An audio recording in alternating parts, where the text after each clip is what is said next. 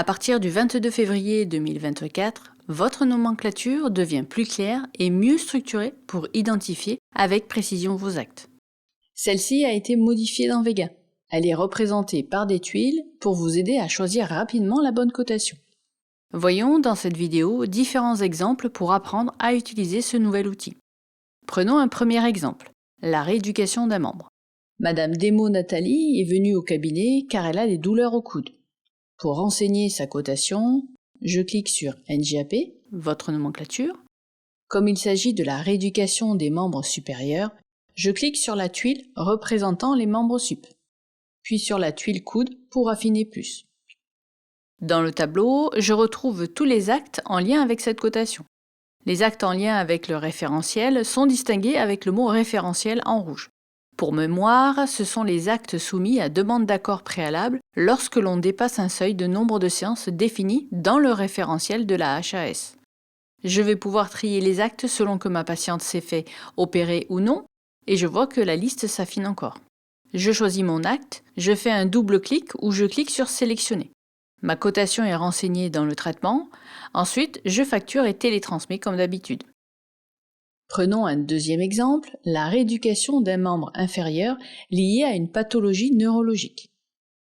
Mon patient, M. Adrien Baptiste, me présente son ordonnance et je vois qu'il a une rééducation de la jambe droite en lien avec son problème neurologique. Dans son traitement, je clique sur NJAP. Ici, je choisis la tuile neuro. Je constate un premier tri des actes. Comme je fais aussi la rééducation de la jambe droite, je sélectionne la tuile du membre inférieur.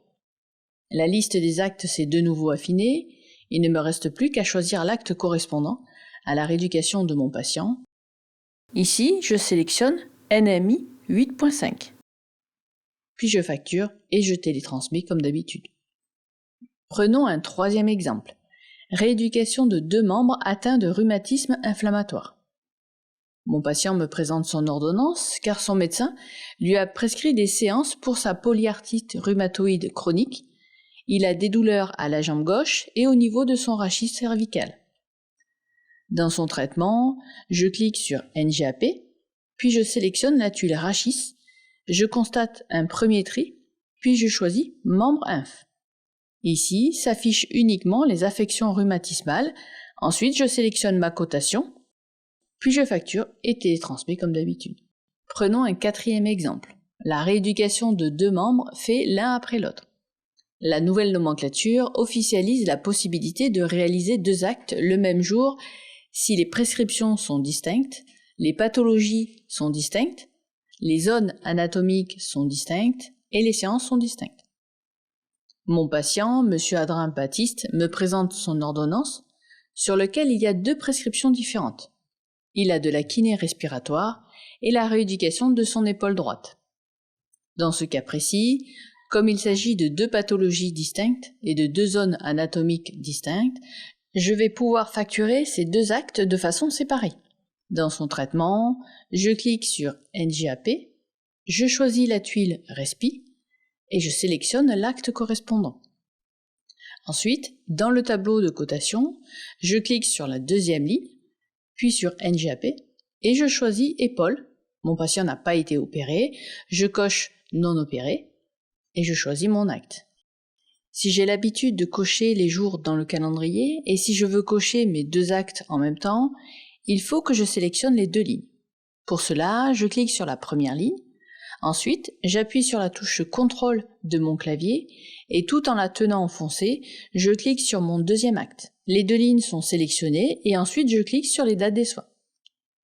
Si je préfère utiliser le pointage journalier, je vais utiliser les touches de mon pavé numérique. Si j'appuie sur 1, c'est l'acte de la première ligne qui est pointé. Si j'appuie sur 2, c'est l'acte de la seconde ligne qui est pointé.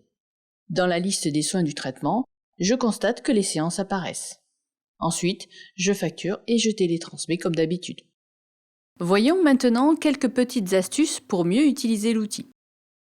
Je suis sur le traitement de mon patient et par habitude, je renseigne la cotation que je mettais avant le changement de nomenclature. Par exemple, je saisis AMS 7,5, je bascule automatiquement dans la nouvelle nomenclature et je constate que Vega me propose tous les actes susceptibles de répondre à cette cotation. Il ne me reste plus qu'à choisir l'acte correspondant à la rééducation. Donc dans mon cas, je clique sur genou ou bien je peux rechercher l'acte par un mot-clé, ici genou. Et maintenant, je sélectionne la bonne cotation. Lorsque je recherche un acte et que je clique sur une pathologie, par exemple cheville, la liste des actes est affinée. Si je me suis trompé et que je veux choisir une autre pathologie, je reclique sur cheville pour que Vega me repropose tous les actes. Autre précision, en ce qui concerne les modèles, ceux-ci seront toujours avec l'ancienne nomenclature, donc si vous avez l'habitude de les utiliser, il faudra les modifier. Dans le traitement d'un patient, cliquez sur l'onglet Modèles. Je retrouve les modèles existants. Prenons l'exemple du modèle neuro. Je le sélectionne et je clique sur Ajouter. La nomenclature s'ouvre automatiquement et a déjà commencé à affiner. Je poursuis le filtrage en cliquant sur Neuro. Je retrouve la nouvelle lettre clé. Je la sélectionne. Pour l'enregistrer comme nouveau modèle, je clique sur Nouveau. Je la nomme Neuro 2024 par exemple et je valide. Je n'oublie pas de supprimer l'ancien modèle. Je le sélectionne et je clique sur la corbeille. Je confirme en cliquant sur Oui. Il suffira que je fasse la même chose pour les autres modèles. Rien ne change pour la cotation des bilans. La lettre clé AMK est maintenue. Pour rajouter mon bilan, je clique sur Autre action, Ajouter AMK 10.7 pour un bilan classique et AMK 10.8 pour de la neuro. Et enfin, dans la rubrique Divers, je retrouve la facturation des bilans isolés qui ne changent pas, ainsi que celle de la balnéothérapie.